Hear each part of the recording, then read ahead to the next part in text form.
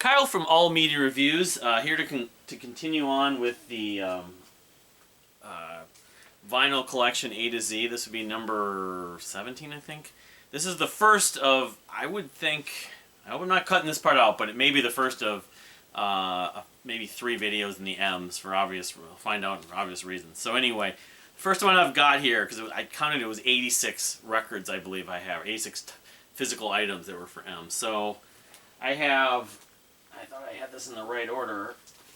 I thought I had these in the right order, and I didn't grab them right away. Oh no, I didn't. When I was doing some ordering, I didn't grab all the records, so I almost did the wrong order. Alright, so, yeah, Mahavishnu Orchestra. Yeah. So I've only got the really, I mean, these are the 2 proper Mahavishnu Orchestra records. The Intermountain Flame from, like, was it 71, I think? And then Birds of Fire, which was like 73. I'm not yes, it was 73. A lot of people have been talking about Birds of Fire being their preferred of the 2. I still lean toward Intermountain Flame. It's got New World Race. That track alone, and Dance of Maya, Vital Transformation. I love both records. I mean, it's hard to choose really between the 2 of them, but so yeah, Birds of Fire is the second one, but anyway. So then I also have, which is, I guess technically it wouldn't be here, but it really goes under it because it says Mahavishnu John McLaughlin. The Love Devotion Surrender record with Carlos Santana that John McLaughlin did, and that was the same year that Birds of Fire came out, 73. I don't know who else plays on this. Billy Cobham and Jan Hammer. So, I mean, this is sort of a quasi-Mahavishnu. That's why he's giving the Mahavishnu name, you know. So, alright. So then I've got 3 records from this artist. Their last 3, yeah. So this is Major Parkinson, I want to say they're from the Netherlands, or maybe they're Norwegian. I should know this. Anyway, this is my favorite of the 3, Twilight Cinema Remains. It's got the terrific track, The Wheelbarrow. If you never heard that and you like prog, it's just check it out. Major Parkinson's The Wheelbarrow. Then it's got Impermanence. I mean, the singer sounds a little bit. It always struck me as like Liam Neeson at times, but he's very creative and his voice grows on you. Heart Machine's another favorite on the title track. So this came out in 2014. So then I got the follow-up, Black Box, which a lot of people lean toward this. I think of the baseball track the most for this one, but the title track, you know, it was 2017 or 2018. I think it was 2017, yeah. And then I do have the record they put out last year, Valessa, which it's a little more poppy, but I think it works in a lot of ways. I love the synths. The female vocals work really well on it. It's a little long. I think it might be 3. Maybe not, but it's a pretty long track. It's got Jonah, which they recorded on a live album, but some of the fans like that version more. But it's epic. It's very symphonic. You know, but anyway, those are the 3 Major Parkinson records I have. If you never heard Major Parkinson, you know, they're worth checking out. So, then I've got one record. I don't know what's going on outside, of course. Just want to make sure nothing important. This is a band called Malajube from, like, Montreal. They have a couple records I have. When I was getting into, I don't know what you call it, post-rock stuff, from a lot of the bands from Canada, like Godspeed and, you know, People for Audio, Ben Sinister. This was one of the bands that popped up, although they sing, I think, in French. This is their album from, I think it was like 2009, Labyrinth. I think this is their best, the most progressive. I saw them, the headlining band, who's also from Canada at that show, I wasn't a fan of, but I became a fan of seeing them. I'm blanking on the name now. They have that song that goes, "We're Like the Ocean." But yeah, I mean, it's art rock. I don't know who to compare them to. They're like the Mars Volta or Wolf Parade's a good, maybe a decent comparison. Or I mean, they're not as busy as the Mars Volta, but some of the drum work is. Muse. You know, that they're in that vein to an extent, but again, they sing in all French, and I have not listened to all their lyrics are in French. I have not listened to this album or any of their albums in a number of years. I know this might have been their last record actually, but because I don't think they're around anymore. But anyway, this is my favorite among their records, and I think I bought this at the show. It's gonna bug me who that band was. They did a soundtrack, and because Radio K used to play them, they had that song. We're like the ocean, but very Beach Boys-esque. So I've got 2 records from this band. This is a band that's still, I guess, in effect active, but totally changed the lineup. This is a band that I got into in the mid to late 2000s rather. It's Margot and the Nuclear So-and-Sos. They were from Indiana. I think at one point they were in Chicago, but this is their debut album, Dust of Retreat, and this is their second album. They released, this is called Animal. They had Not Animal, which came out only on compact disc. This only came out on vinyl. It was interesting because it was a dispute with the label and the track list. This is like, I wouldn't call it purely chamber rock, but they use a lot of chamber instrumentation. It has its folk elements, but the dynamics are great. I mean, I don't know. I mean, the thing is, I know, like, Andy Fry from the band was a big Marillion fan, so when I saw them play, I saw them actually the same day that Dream Theater played at Progressive Nation in 2008. I saw them after that show. They were playing late at the Turf Club, but between the 2 records, I kind of lean toward Animal, but I don't know. There's some charm about this debut album. The records that have come since, because they literally half the band left, and they just went in a different direction. Richard Edwards, the front man and the lead singer, guy wrote a lot of the lyrics, especially, wanted probably to go in a little different direction than a lot of the band members. Because they had, like, horns in the band, like trumpet and trombone and stuff. They were like Anathallo or the Deer Hunter to an extent. They weren't maybe as progressive, but they were progressive enough. They used a lot of cloudy synths. They had this female keyboard player that did some vocals. I loved this band for, like, 3 years. I was so into them, like, I had really high hopes for them, and then they just decided to go in a different direction. Like, when the band left, you know, Andy Fry and his brother was like the drummer, I think, did some other, like, soundtrack work at one point, but I don't know. I don't know what happened to him. It's sad. I should try looking him up on, like, Instagram, but yeah, this is Margot and the Nuclear So-and-So. There's 2 records from 2000. This is 2008 Animal and 2006 Dust of Retreat. A lot of the, you know, Pitchfork audience love this record. Anyway, so now here's the big project. This is, of course, my Marillion collection. So I'm going to try to get through this as fast as possible. So I have 2 copies of the debut album, Script for a Jester's Tear. This is a promo. I believe I've shown most, if not all, of these. And this is just the 12-inch. I have a whole bunch of 7-inch singles, but I don't have all their singles, of course. That's sort of my goal. So here's a bunch of singles that I have from that period of time. That album came out in 1983, Script for a Jester's Tear, of course. Shout out to Jim Newstead, who just showed his M vinyl and his Marillion collection. A lot of were more sent to him or whatever, but he has a really impressive collection. You know, I've been a fan of this band for almost 30 years, and his collection rivals mine. I guess he knew him in the 80s, he was saying, this video he put up today, and then he kind of forgot about him and then got back into him the last 6 years ever since starting his channel. So then, alright, so here are the 12-inch releases I have from them. I do not have Grendel, which is on the Market Square Heroes single. They have the Garden Party 12-inch, which has Charting the Single and Margaret. Of course, the Mark Wilkinson artwork on all these early records with the Fish period. Then I've got He Knows You Know 12-inch single with Charting the Single. I did show these. I know that was one of the first videos I did on this channel in like 2014 or 2015. But I picked up a few since. Probably showed those individually or in a different video. So then I have, it's not an official Marillion, it's a sample. It's called Plenty Good Music from Capitol. It has He Knows You Know, among others. It has Duran Duran, Little River Band, George Clinton. You can see the track list there. I assume this came out probably like in 83 or maybe 84. No, it was 83, yeah, Capitol Records. So, alright, so then I've got two copies of the second full-length record, Fugazi, of course, which I didn't even mention. My favorite songs on Script for a Jester's Tear are, you know, the title track, The Web, and Garden Party. But yeah, here's Fugazi. My go-to is the title track on this. I like some of the other songs. Assassins, of course, was one of the singles.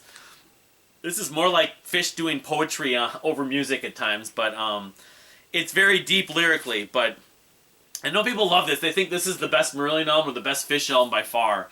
I've said my piece on that. You know, everyone's got their own taste. I still don't hate this album, but this has always been the Fish album that I've sort of always kind of struggled with. But, you know, just because I love the others so much. So that was 84. So then I have what is a Lady Nina single. And I don't know if there's anything on the B-side on this. I got this years ago. In fact, I started buying this. This says 2013, actually.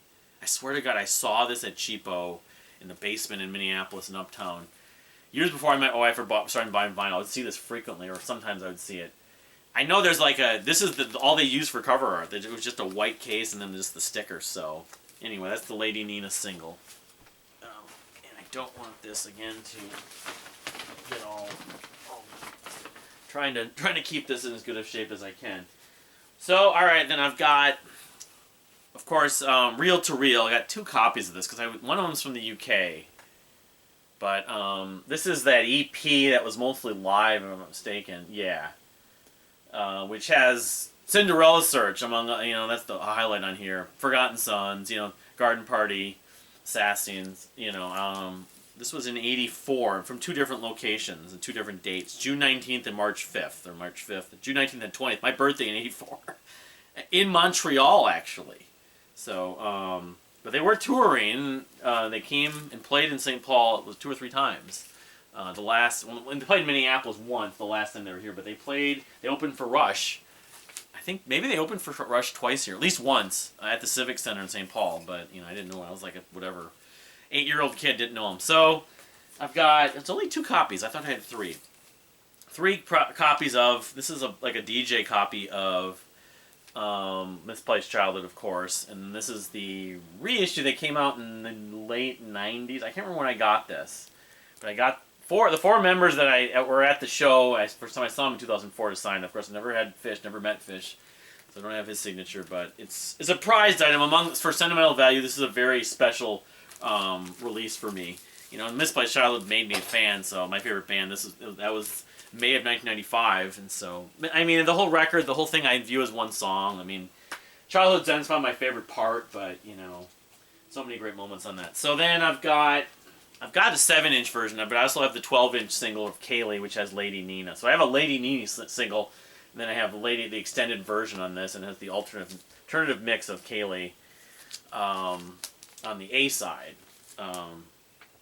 That came out, it was 85 too. So then in 86, I've only got one. There was a CD with Reel to Reel that I got years ago when I was first getting into the band in the 90s. But I've got the Brief Encounter EP, which has, I believe, again, are these live? Or this is just an EP? This is like a sampler. This has the title track from Script for Justice Tear and Fugazi. So the first 2 title tracks, actually, which is, in that sense, this is a great, sampler of Marillion's music if you've never heard them. Brief Encounter. It's like a brief sampling of what Marillion's about in 86. If you bought this, you got a good idea, because the 2 best songs for me on the first 2 records, and then you also get Kaylee.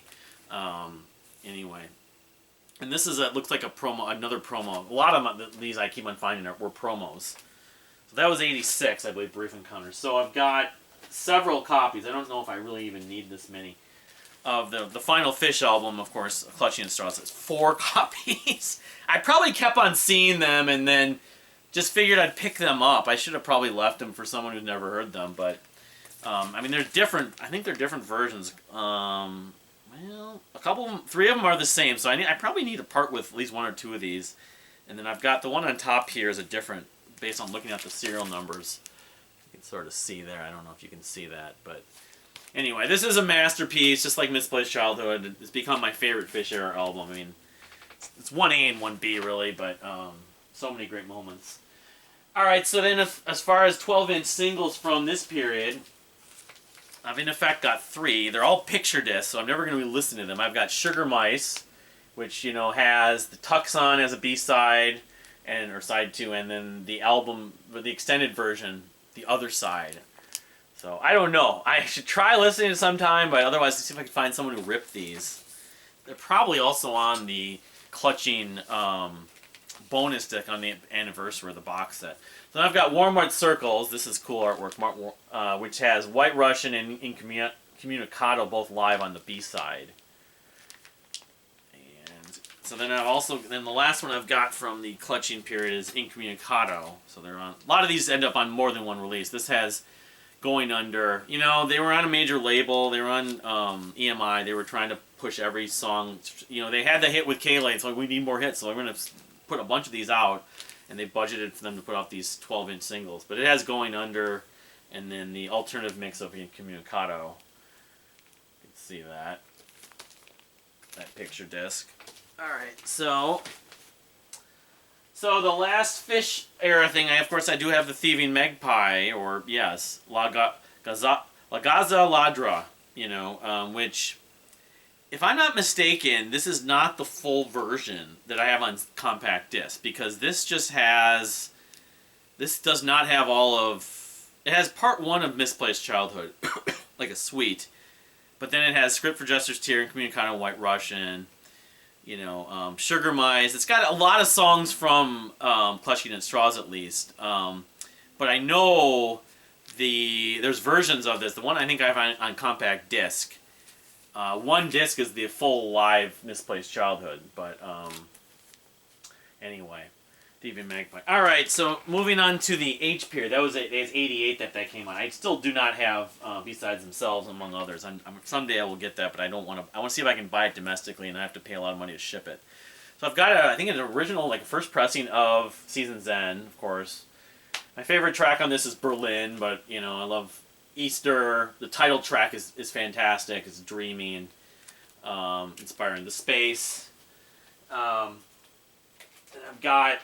This is a 12-inch single from the,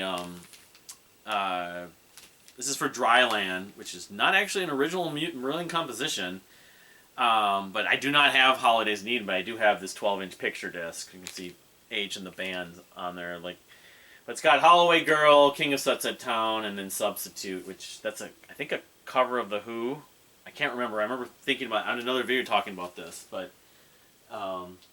So then I've got Brave, and, you know, Jim Newsted talked about this, you know, listening to it with the alternate ending. This has Made Again, of course, on the D side, but it's got 2 spots on the groove. But, #1 record of all time, here it is. I need to get the Stephen Wilson remix, so, you know, I don't have it. Then I have, of course, Afraid of Sunlight. And I showed all of these records in my Marillion series last year, but 95. Last year was 2021. This Strange Engine from 97. You know, the title track is the best part of it. That to me remains the real crown jewel of that record. This record, I love that record more than I do now, I think. But the title track still is really good, especially live. Then I have Marillion.com.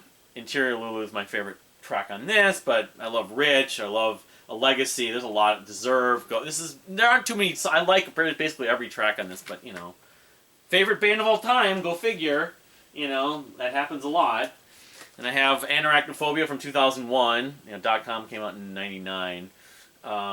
Quartz, My Heart Will Roll Uphill, Separated Out. This is the 21st Century is Dreamy. You know, Between You and Me. Great record. You know, poppy at times, but I think it works. It doesn't have the song One, or Number One, I think it is, which I really like. That was on the campaign edition that I got when I bought that. So then I have Marbles. This, unfortunately, is not the version, the campaign full 3-disc version. I need to get that. That has Ocean Cloud and Genie. But it does have, of course, one of my favorite Marillion tracks ever. The Invisible Man, Drilling Holes, Neverland. You know, it's a fantastic record. It's a 5-star record, Marbles, from 2004. But so I'm still at these holes in my Marillion collection, including records I already have. I need the better version, or you know. So then I have Fear.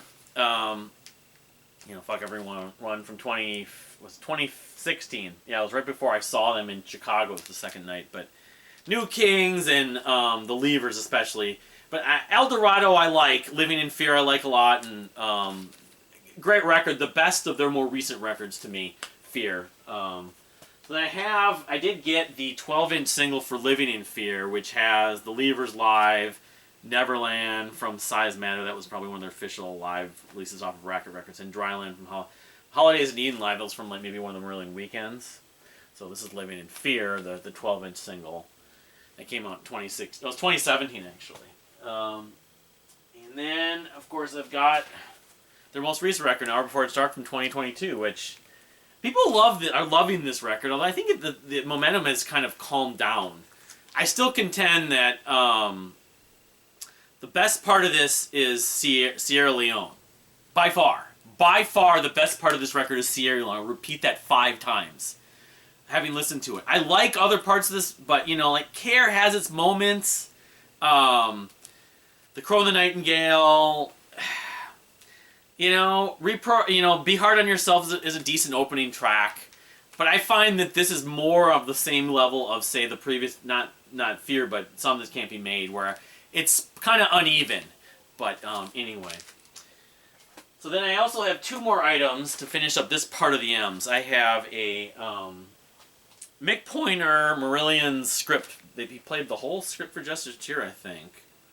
Yeah, with, I don't know who the singer was. It was Brian Cummins. But Mick Pointer, the original Marillion drummer on script for Jester's Tear, and their first single, and Grendel and everything.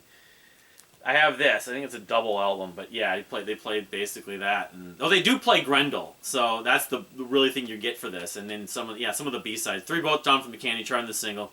Basically, it's all the Mick Pointer Marillion music. Most of it, if not all of it. And then I have a picture disc, like, interview with Fish from it came out in 2021, but I kind of think that this interview was maybe taken many years before that, but I'll have to look it up. I found this at Half Price Books a few years back. But again, I mean, it's because it's on a picture disc. I don't know how well it really plays. That's the tragedy. So basically, it's a piece of artwork, so a piece of photography. Anyway, that's it for part 1 for the M's. Like I said, I got a fair amount here, and then all this stuff here to worry about. So it could be up to 3 parts. But thank you for watching. Please subscribe, and we'll see you next time.